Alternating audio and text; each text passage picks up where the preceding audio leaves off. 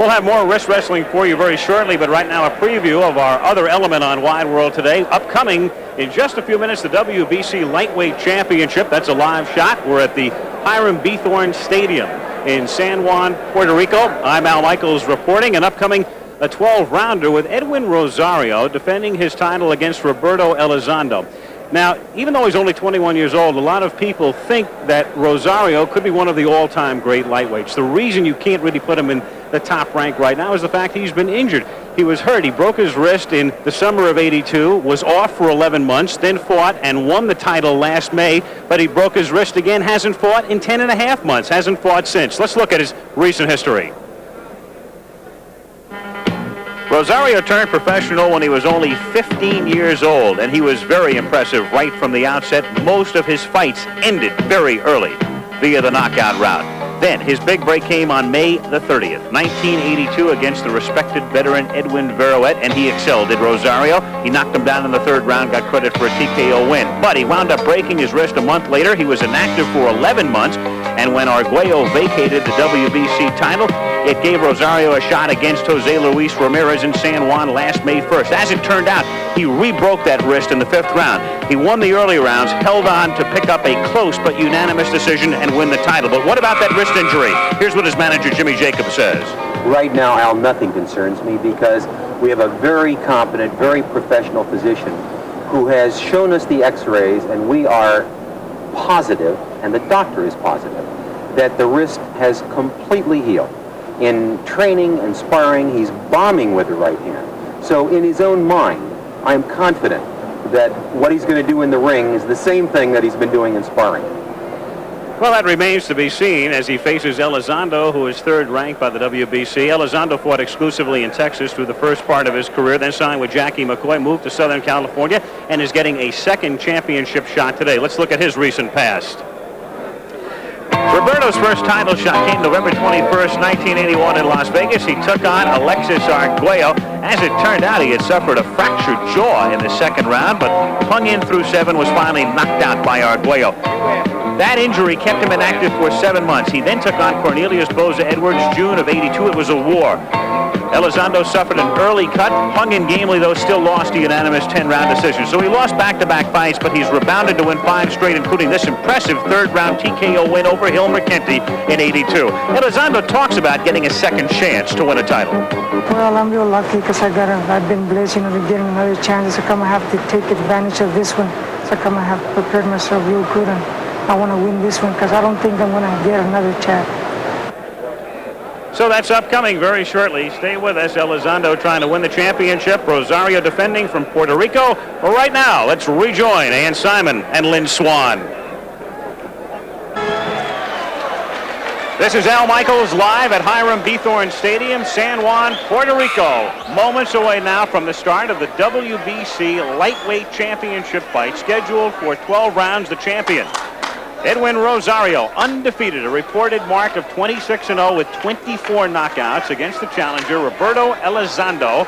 As you look at Rosario, no doubt the favorite. He grew up nearby in Toa Baja, even though most of his career has been spent fighting in New York, Las Vegas, and Tampa, Florida. He returned to San Juan to win the title last May. And there is Roberto Elizondo, who grew up in Texas, moved to California with Jackie McCoy as his manager-trainer in 1980, lost to Alexis Arguello in a bid for the lightweight title in 1981, subsequently lost to Corny Boza Edwards in a war in Vegas in June of '82, but has won 5 straight since. So it's Rosario against Elizondo, whose mark is 27-3 with 21 knockouts, the number 3 rated WBC contender.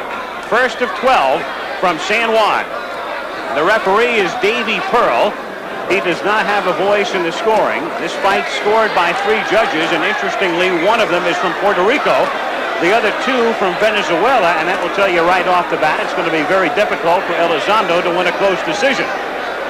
In fact, a lot of people thought Ramirez beat Rosario, but the fight was held here in San Juan last May. It was very close.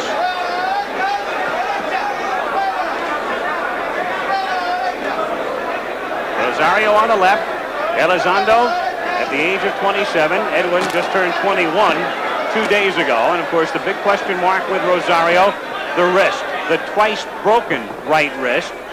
He has fought only once in 21 and a half months, has been inactive since last May 1st. And in the last 2 years, that wrist has been in a cast for 9 months. But according to those who've been watching him sparring and training over the past month, he still has that very potent punching power.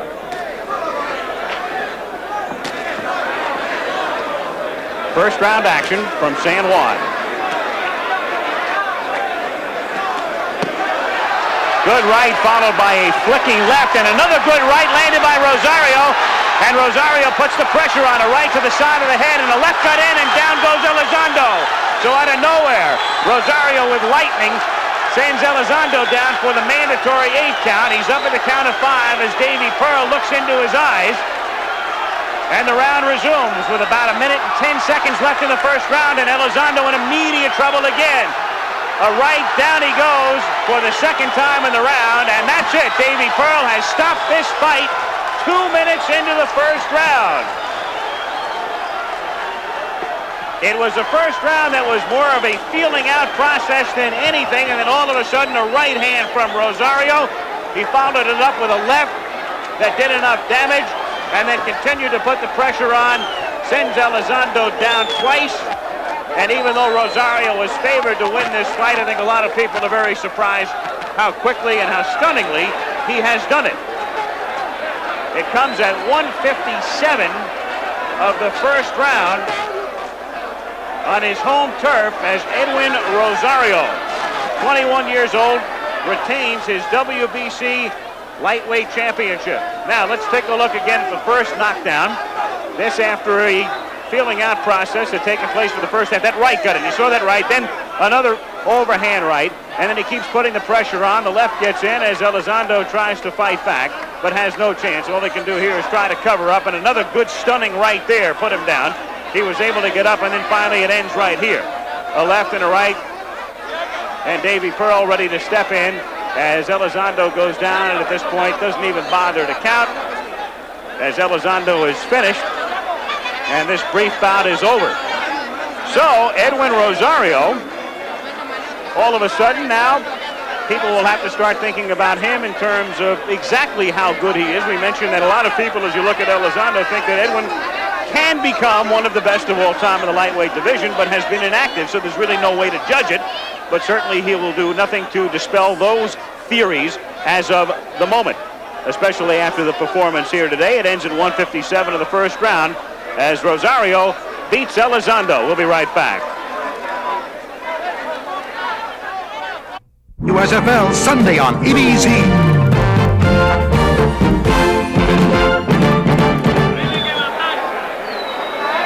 Well, in San Juan, they're celebrating because their man Edwin Rosario, after an absence of 10 and a half months, has come back. There were several questions that people wanted answered today. Number one, how is that wrist, which was twice fractured? Number two, what about his stamina? He was on the wane in that fight against Ramirez, but held on to win. But of course, we'll never know the answers to those questions. As far as the wrist was concerned, it apparently didn't give him any trouble at all in that first round. Potent right hand began the demise of Elizondo, and of course, we'll never be able to answer the question as to stamina right now at 1:57 of the first round. He ended it very, very quickly and decisively as Elizondo simply got caught cold, went down for the first knockdown, and then Davy Pearl didn't even bother to count here as Elizondo was obviously in trouble, trying to regain his senses, and Rosario sent him to the canvas once more, and that did it. So less than 2 minutes into the fight, Rosario, the winner. And Edwin Rosario is right here as he makes his way to ringside. Angel Reyes, the interpreter, as you look at Rosario moving into position. Have a seat right here, Edwin. And of course, Jimmy Jacobs also here with the Rosario group, who has been managing Edwin since 1981. So Rosario, as we await the interpreter, so we can speak with Edwin, who does not speak English. He comes from Toa Baja, Puerto Rico, which is nearby San Juan. Hey, get this guy out And let's get a word here with Edwin right now. David, let me ask you to ask Edwin if he was surprised at how quickly and how decisively he won. Was I surprised? Was he Oh, surprised? sure. Ask him the question. Que si estaba sorprendido de la forma tan rápido que ganaste. Bueno, no estaba sorprendido porque yo tenía unas magníficas condiciones y estaba bien consciente de que mi mano estaba muy sana.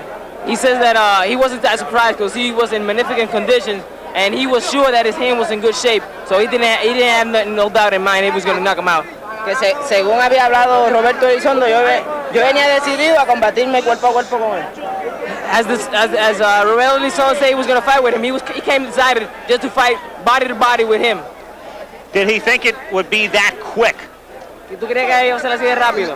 Bueno, no pensaba que era así de rápido, pero sí pensaba que eran en 3 o 4 rounds. He says he didn't think it was going to be that fast, but he knew it was going to be in between 3 and 4 rounds.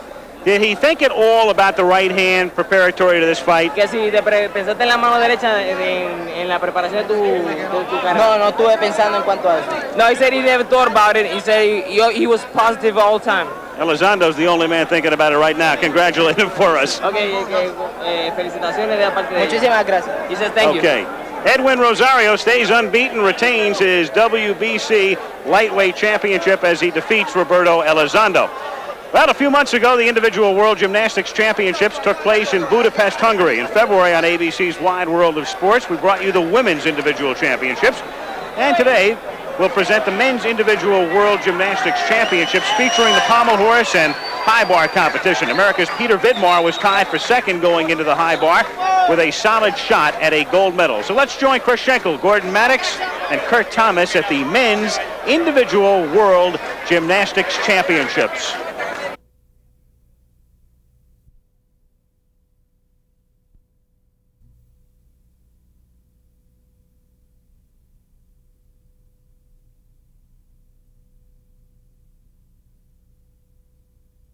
Better.